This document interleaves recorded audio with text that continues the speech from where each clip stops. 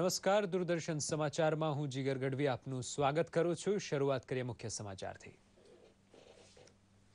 આંતરરાષ્ટ્રીય મહિલા દિવસ સંદર્ભે મહિલા જનપ્રતિનિધિ સશક્ત ભારતની નિર્માતા થીમ પર નવી દિલ્હી ખાતે યોજાયેલી 2 દિવસીય રાષ્ટ્રીય પરિષદનું ઉદ્ઘાટન કરતા રાષ્ટ્રપતિ પ્રણવ મુખર્જી પ્રધાનમંત્રીની બેટી બચાવો બેટી પઢાઓ યોજનાની કરી પ્રશંસા। ગુજરાતના મુખ્યમંત્રી આનંદીબેન પટેલ પણ લઈ રહ્યા છે ભાગ। પ્રધાનમંત્રી નરેન્દ્ર મોદીએ દેશની આધારભૂત માળખાકીય યોજનાઓની કરી સમીક્ષા। ગ્રામ પંચાયતોને ઇન્ટરનેટ સાથે જોડવાની પ્રક્રિયાને ઝડપી બનાવવા પ્રધાનમંત્રીનું અધિકારીઓને સૂચન। ચાલુ વર્ષે 6000 ગામોમાં પહોંચાડાઈ વીજળી। ભૂતપૂર્વ લોકસભા સ્પીકર પીએસ સંગમાના પાર્થિવ દેહને મેઘાલયના તેમના વતન તુરા લઈ જવાયો। સોમવારે પૂરા રાજકીય સન્માન સાથે કરાશે અંતિમ સંસ્કાર।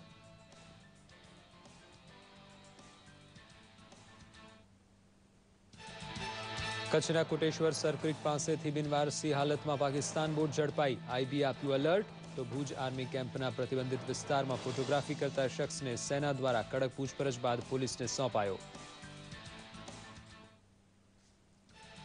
8મી માર્ચથી શરૂ થતી ગુજરાત બોર્ડની ધોરણ 10 અને 12ની પરીક્ષાઓ માટે ચાલી રહેલી તડામાર તૈયારીઓ। ગેરરીતિ અટકાવવા 61,868 કેન્દ્રો પર સીસીટીવી કેમેરા તથા 4900 કેન્દ્રો માટે ટેબ્લેટ કવરેજ અને સ્ક્વોડની વ્યવસ્થા। કુલ 18,75,000 વિદ્યાર્થીઓ આપશે પરીક્ષા। અમદાવાદમાં holistic way of living and યોગ પર 2 દિવસીય રાષ્ટ્રીય સંવાદનું આયોજન। યોગને જીવનશૈલીના ભાગરૂપે અપનાવવા જાગૃતિ કેળવવાનો છે ઉદ્દેશ।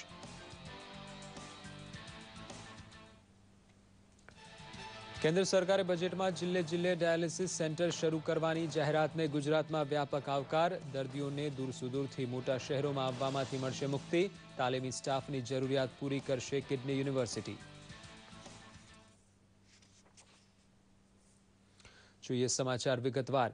8મી માર્ચ આંતરરાષ્ટ્રીય મહિલા દિવસ પહેલા દેશમાં મહિલાઓની સામાજિક, આર્થિક અને રાજકીય સ્થિતિ વિશે ચર્ચા કરવા માટે દેશભરની વિધાનસભાઓમાં મહિલા ધારાસભ્યો, મહિલા સાંસદો અને રાજ્યોના મહિલા મંત્રીઓની એક 2 દિવસીય રાષ્ટ્રીય પરિષદનું વિજ્ઞાન ભવન ખાતે રાષ્ટ્રપતિ પ્રણવ મુખર્જીએ આજે દીપ પ્રગટાવીને ઉદ્ઘાટન કરતા ઉપરાષ્ટ્રપતિ અને પ્રધાનમંત્રીની ઉપસ્થિતિમાં એમના બેટી બચાવો બેટી પઢાઓ અભિયાનની પ્રશંસા કરી હતી અને જણાવ્યું હતું કે મહિલા સશક્તિકરણની દિશામાં આ સાચું પગલું છે। આ ઉપરાંત તેમણે સંસદ તથા વિધાનસભામાં 1/3 મહિલા અનામતની પણ જોરદાર તરફેણ કરી હતી। મહિલા જનપ્રતિનિધિ સશક્ત ભારતની નિર્માતા આ થીમ પર આધારિત મહિલા સશક્તિકરણ યોજનાની પ્રથમ પરિષદમાં લોકસભા અધ્યક્ષ સુમિત્રા મહાજને સંબોધન કરતા જણાવ્યું કે કેવી રીતે વિશેષ અધિકારોથી સંપન્ન મહિલાઓને આ શક્તિશાળી સમૂહ સશક્ત અને ગૌરવશાળી ભારતના નિર્માણમાં એક અગ્રણી અને અસરકારક ભૂમિકા નિભાવી શકે તે સંમેલનનો મુખ્ય ઉદ્દેશ છે। Shri Narendra Modi, for immediately after assuming the office, picking up a slogan in Indian language, Beti Bachao, Beti Padhao, and his firm commitment to this true empowerment of the Indian women is exemplified by his presence here. He is not participating, he is not speaking, he is not giving us advice. But Prime Minister of India is spending more than an hour without participation. It speaks his total commitment to what he preaches and what he believes. પ્રધાનમંત્રી નરેન્દ્ર મોદીએ આધારભૂત સંરચના સાથે જોડાયેલા મુખ્ય ક્ષેત્ર ઉર્જા, કોલસો, આવાસ, બંદર અને ડિજિટલ ઇન્ડિયા સાથે જોડાયેલી યોજનાની સમીક્ષા કરી હતી। તેમણે જણાવ્યું કે સરકારની પહેલને પગલે આ ક્ષેત્રોમાં ઘણો ઝડપથી વિકાસ થયો છે। પ્રધાનમંત્રીએ એ પણ કહ્યું કે 2022 સુધી અક્ષય ઉર્જાને 175 ગીગાવોટ વધારવાના લક્ષ્યાંકને પૂર્ણ કરવાનો પ્રયાસ કરાઈ રહ્યો છે। કોલ ઇન્ડિયાએ પણ 9.2% વૃદ્ધિ થઈ છે, જે છેલ્લા 5 વર્ષ કરતાં 3% વધારે છે। પ્રધાનમંત્રીએ દેશની ગ્રામ પંચાયતોને ઇન્ટરનેટ સાથે જોડવાની પ્રક્રિયાને ઝડપી કરવા પણ સૂચન કર્યું છે। આ બેઠકમાં પ્રધાનમંત્રીને જાણકારી અપાઈ હતી કે વીજળી વિહોણા 18,500 ગામોમાંથી 6,000 ગામમાં વીજળી પહોંચી ચૂકી છે। પૂર્વ લોકસભા અધ્યક્ષ PS સંગમાના સોમવારે મેઘાલયના તુરામાં અંતિમ સંસ્કાર કરાશે. સંગમાના પાર્થિવ દેહને તેમની જન્મભૂમિ તુરા લવાયો છે. ગઈકાલે હૃદયરોગનો હુમલો આવવાથી તેમનું દિલ્હીમાં નિધન થયું હતું. પૂર્વોત્તરના નાનકડા રાજ્ય મેઘાલયથી રાજકીય કારકિર્દીની શરૂઆત કરનારા PS સંગમાએ મોટી સફળતાઓ મેળવી હતી. સાર્વજનિક જીવનથી લઈને રાજકીય ફલક પર તેમના યોગદાનને કોઈ ભૂલાવી નહીં શકે. તેમના નિધન પર મેઘાલયમાં 7 દિવસના શોકની જાહેરાત કરાઈ છે. સાથે જ મેઘાલય વિધાનસભામાં પણ તેમને શ્રદ્ધાંજલિ અપાઈ હતી. કચ્છના કોટેશ્વર સરક્રીક પાસેથી બિનવારસી હાલતમાં પાકિસ્તાની બોટ ઝડપાતા BSF દ્વારા આગળની કાર્યવાહી હાથ ધરાઈ છે. આ ઘટનાને મહાશિવરાત્રિના તહેવારને અનુલક્ષીને IBS સમુદ્રી સીમામાં એલર્ટ જાહેર કરાયું છે. અને તો આ બાજુ ભુજના આર્મી કેમ્પના પ્રતિબંધિત વિસ્તારમાં મોબાઈલમાં ફોટોગ્રાફી કરતા એક શખ્સ સામે ફોજદારી ફરિયાદ નોંધીને આકરી પૂછપરછ હાથ ધરવામાં આવી છે. ભુજ તાલુકાના નાના દિનારા ગામે રહેતા આયુબ ખાન મહમદ સમા ડ્રાઇવિંગનું કામકાજ કરે છે અને ગત 26મી ફેબ્રુઆરીએ ભુજ આર્મી કેમ્પમાં કોટા સ્ટોન ખાલી કરવા ગયો હતો. તે દરમિયાન ભારતની આંતરિક સુરક્ષા અને સલામતીને ખતરામાં મૂકે તે રીતે ઇરાદાપૂર્વક આર્મી કેમ્પના ફોટા પાડ્યા હતા. આર્મી અધિકારી કૈલાસસિંહ રોશનલાલે આ અંગે ફરિયાદ કરતા 26 ફેબ્રુઆરીથી 4 માર્ચ સુધી આ વ્યક્તિની પૂછપરછ કર્યા બાદ ગઈકાલે તેને B ડિવિઝન પોલીસના હવાલે કરાયો હતો અને કડક પૂછપરછ હાથ ધરવામાં આવી છે.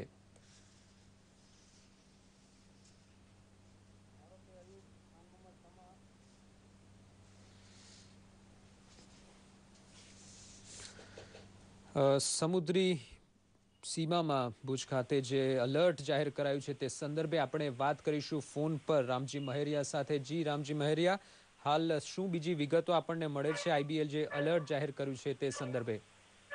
નમસ્કાર. સરહદી કચ્છ જિલ્લામાં શિવરાત્રીના તહેવારના પગલે કોઈ પણ અનિચ્છનીય ઘટના ન ઘટે તે માટે કચ્છના દરિયાઈ કાંઠાની સુરક્ષા વ્યવસ્થામાં વધારો કરાયો છે. ખાસ કરીને જખૌ, માંડવી, કંડલા અને મુન્દ્રા મરીનને ખાસ દરિયાના કાંઠે પેટ્રોલિંગ માટેની સૂચનાઓ અપાઈ છે. બોર્ડર રેન્જના IG શ્રી જાડેજાના જણાવ્યા પ્રમાણે તમામ પોલીસ સ્ટેશનો અને જાહેર સ્થળો તેમજ જાહેર સ્થળોએ સુરક્ષા વ્યવસ્થામાં વધારો કરાયો છે અને ચેકિંગ પણ હાથ ધરાયું છે. જી રામજી મહેરિયા, આપનો ખૂબ ખૂબ આભાર. તો આ રીતે હાલ જે હાઈ એલર્ટ ઘોષિત કરાયું છે તેના સંદર્ભે આપણે વિગતો મેળવી. સમાચારમાં આગળ વધીશું. રાજ્યમાં 8મી માર્ચથી ગુજરાત માધ્યમિક અને ઉચ્ચતર માધ્યમિક શિક્ષણ બોર્ડ દ્વારા ધોરણ 10 અને 12ની પરીક્ષાઓ યોજાશે, જેની તૈયારીઓનો ધમધમાટ ચાલી રહ્યો છે. રાજ્યમાં ધોરણ 10ના 10,81,316 વિદ્યાર્થીઓ પરીક્ષા આપવા જઈ રહ્યા છે, તો ધોરણ 12માં 18,75,607 વિદ્યાર્થીઓ પરીક્ષા આપશે. જેમાં ધોરણ 12 વિજ્ઞાન પ્રવાહના સેમેસ્ટર 4માં 1,38,312 વિદ્યાર્થી અને સેમેસ્ટર 2 માટે 1,41,700 વિદ્યાર્થીઓ પરીક્ષા આપશે. તો ધોરણ 12ના સામાન્ય પ્રવાહમાં 5,14,279 વિદ્યાર્થીઓ પરીક્ષા આપશે. પરીક્ષાને ધ્યાને લેતા સંભવિત ગેરરીતિ અટકાવવા 61,868 કેન્દ્રો પર CCTV કેમેરા લગાવાયા છે, તો 4,900 કેન્દ્રો માટે ટેબ્લેટ કવરેજ તેમજ સ્કોડની વ્યવસ્થા કરાઈ છે. આ વર્ષે જેલના 144 કેદીઓ પણ ધોરણ 10 અને 12ની પરીક્ષા આપી શકે તે માટે રાજ્યમાં પ્રથમવાર આયોજન કરાયું છે. યોગને જીવનશૈલીના ભાગરૂપે અપનાવવા માટે જાગૃતિ આવે ઉદ્દેશથી આજથી અમદાવાદમાં 2 દિવસીય રાષ્ટ્રીય યોગ પરિસંવાદનો આરંભ થયો છે. એક રિપોર્ટ. યોગ શબ્દ આસન કે પ્રાણાયામ પૂરતો સીમિત નથી. એનો અર્થ ખૂબ જ વ્યાપક છે. આધુનિક જીવનની જરૂરિયાત મુજબ યોગને જીવનશૈલી સાથે જોડીને કેવી રીતે જીવવું એવા હેતુથી holistic way of living and યોગ એ વિષય પર અમદાવાદ ખાતે ગુજરાત યુનિવર્સિટીમાં 2 દિવસીય ચિંતનાત્મક નેશનલ સેમિનારનું આયોજન કરવામાં આવ્યું છે. તત્વજ્ઞાન વિભાગ, ગુજરાત યુનિવર્સિટી અને હોલિસ્ટિક સાયન્સ રિસર્ચ સેન્ટર સુરતના સંયુક્ત ઉપક્રમે યોજાયેલા આ નેશનલ સેમિનારની શરૂઆત કુલપતિ ડોક્ટર MN પટેલે કરાવી. અહીં દિલ્હી, મુંબઈ, અમૃતસર, અલ્હાબાદ અને ભરતપુર વગેરે સ્થળોથી તજજ્ઞો ઉપસ્થિત રહ્યા હતા. 21મી સદીમાં યોગનું મહત્ત્વ અને ખાસ કરીને આ મોડર્ન વર્લ્ડમાં મનુષ્ય જીવનમાં ઊભી થયેલી સમસ્યાઓ એના નિરાકરણ માટે યોગની ભૂમિકા એ અંગે વિદ્વાનો ચર્ચા કરશે. યોગ ભારતની અમૂલ્ય સંપદા છે. વિશ્વને ભારતે આપેલું અદ્વિતીય વિજ્ઞાન છે. આ વિષયને કેન્દ્રમાં રાખીને યોગનો વિશેષ પ્રચાર અને પ્રસાર થાય એ માટે યોગનું 21મી સદીમાં મૂલ્ય એ અંગે એક યોગ પ્રદર્શન પણ યોજવામાં આવ્યું છે. સાથે સાથે ગુજરાતની વિવિધ યુનિવર્સિટીના વિદ્યાર્થીઓ અહીં યોગ પરના પોતાના સંશોધન પત્રો પણ રજૂ કરશે. યોગ એ ફક્ત ક્રિયા જ નહીં પણ વિશેષ રૂપે જીવન સાથે કેવી રીતે જોડી શકાય, જીવનશૈલીમાં સહજ રીતે જો યોગ જોડાય તો એ જીવન દિવ્ય બને. આ વિચારો રજૂ કરવાનો મને અહીં મોકો મળ્યો તે બદલ હું ગુજરાત યુનિવર્સિટીની આભારી છું. યોગને વધુમાં વધુ લોકો અપનાવે અને જીવનમાં સાર્થક પરિવર્તન લાવે તો આવા આયોજનનો હેતુ સફળ થાય. દૂરદર્શન સમાચાર, અમદાવાદ. કેન્દ્ર સરકારે કરેલા બજેટમાં આરોગ્યલક્ષી સુવિધાઓ પર ખાસ ભાર આપી કેટલીય લોક કલ્યાણકારી ઘોષણા કરાઈ છે, જેમાંની એક દેશના દરેક જિલ્લામાં ડાયાલિસિસ સેન્ટર શરૂ કરવાની છે. ગુજરાતમાં અત્યાર સુધીમાં આ પ્રકારની તબીબી સેવા માટે અમદાવાદ જેવા મોટા શહેરમાં દર્દીઓએ જવું પડતું હતું, જે હવે રાજ્યના દરેક જિલ્લાઓમાં સેન્ટર્સ થવાની જાહેરાતથી લોકોને મોટી રાહત થશે. કેન્દ્ર સરકારે જાહેર કરેલા બજેટમાં આરોગ્યલક્ષી સુવિધાઓ પર ખાસ ભાર આપી કેટલીય લોક કલ્યાણકારી ઘોષણા કરી છે, જેમાંની એક દેશના દરેક જિલ્લામાં ડાયાલિસિસ સેન્ટર શરૂ કરવાની છે.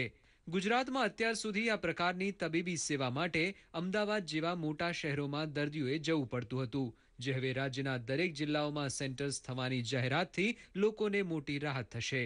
ગરીબ કે મધ્યમ વર્ગના દર્દીઓને ડાયાલિસિસનું નામ પડતા જ મોતિયા મરી જાય અને તેમાં પણ દૂર સુદૂર અમદાવાદ જેવા શહેરમાં જવું પડે તેમ હોય તો બહુ મોટી બીમારી હોવાનો પણ ભય પેસી જાય છે. પરંતુ કેન્દ્ર સરકારે સામાન્ય બજેટમાં આરોગ્યલક્ષી લોક કલ્યાણકારી યોજનાઓની જાહેરાતમાં દરેક જિલ્લે ડાયાલિસિસ સેન્ટરની જોગવાઈ કરતા હવે દર્દીઓએ અમદાવાદ જેવા મોટા શહેરમાં નહીં આવવું પડે. વૈચારિક રીતે સરસ છે. ગુજરાતમાં 30 થી 35 ડાયાલિસિસ સેન્ટર તો અત્યારે ચાલુ થઈ રહ્યા છે. અમુક સંજોગોમાં દર્દીને જરૂરિયાત જણાતી હોય ત્યારે તબીબોની સલાહ પ્રમાણે ડાયાલિસિસ કરાવવું પડે છે, પરંતુ રાજ્યના દરેક જિલ્લાઓમાં આ સુવિધા ઉપલબ્ધ નથી હોતી. પણ કેન્દ્ર સરકારની જાહેરાત બાદ દર્દીઓને પણ મોટી રાહત છે. જિલ્લા કક્ષાએ ડાયાલિસિસ સેન્ટરો ચાલુ થાય તો બહારથી આવતા પેશન્ટો માટે ખૂબ અનુકૂળ રહે, ખર્ચામાં પણ ઓછો થાય, એ લોકોનો આવવા જવાનો ખર્ચો ઓછો થાય, ટાઈમ બચે. દૂરથી આવે તો ડાયાલિસિસ 4 કલાક ચાલતું હોય છે, આવવા જવામાં બીજા 4 કલાક થઈ જતા હોય છે. 8 થી 10 કલાક પેશન્ટને હેરાન થવું પડે. જિલ્લા કક્ષાએ જો ડાયાલિસિસ સેન્ટર ચાલુ કરવામાં આવે તો 4 કલાક પેશન્ટ હેરાન થતો બચી જાય. જો કે ડાયાલિસિસ સેન્ટરમાં ખાસ તાલીમ પામેલા સ્ટાફની જરૂર હોય છે, ત્યારે આ પડકારને આગામી દિવસોમાં શરૂ થનાર કિડની યુનિવર્સિટી પહોંચી વળશે એવો આશાવાદ વ્યક્ત થઈ રહ્યો છે. જો વધારેમાં વધારે મેક્સિમમ બેનિફિટ જોતો હોય તો આપણે એને આખી ટ્રેનિંગને જ રીડિઝાઇન કરવી પડે. નર્સિસ, ટેકનિશિયન, ડૉક્ટર્સ એ બધાને નવો જ વિચાર આપવો પડે, નવું જ ઓરિએન્ટેશન આપવું પડે, એટલે જેથી કરીને જે પૈસા આવે છે એનો પ્રોપર યુઝ થઈ શકે. યુનિવર્સિટી અમારી પોતાની જ હોય તો પછી આ લોકોને માટે સ્યુટેબલ ટેકનોલોજીકલ સપોર્ટ માટે ટ્રેનિંગનો રીડિઝાઇન કરવી પડે. છેવાડાના માનવીને પણ આધુનિકતમ આરોગ્ય સેવા પહોંચાડવાની સરકારની નેમ ચોક્કસ રંગ લાવશે. દૂરદર્શન સમાચાર માટે જતીન ભટ્ટ સાથે બ્યુરો રિપોર્ટ. તો આ સાથે જ આ સમાચાર બુલેટિન અહીં સમાપ્ત કરીએ છીએ. નમસ્કાર.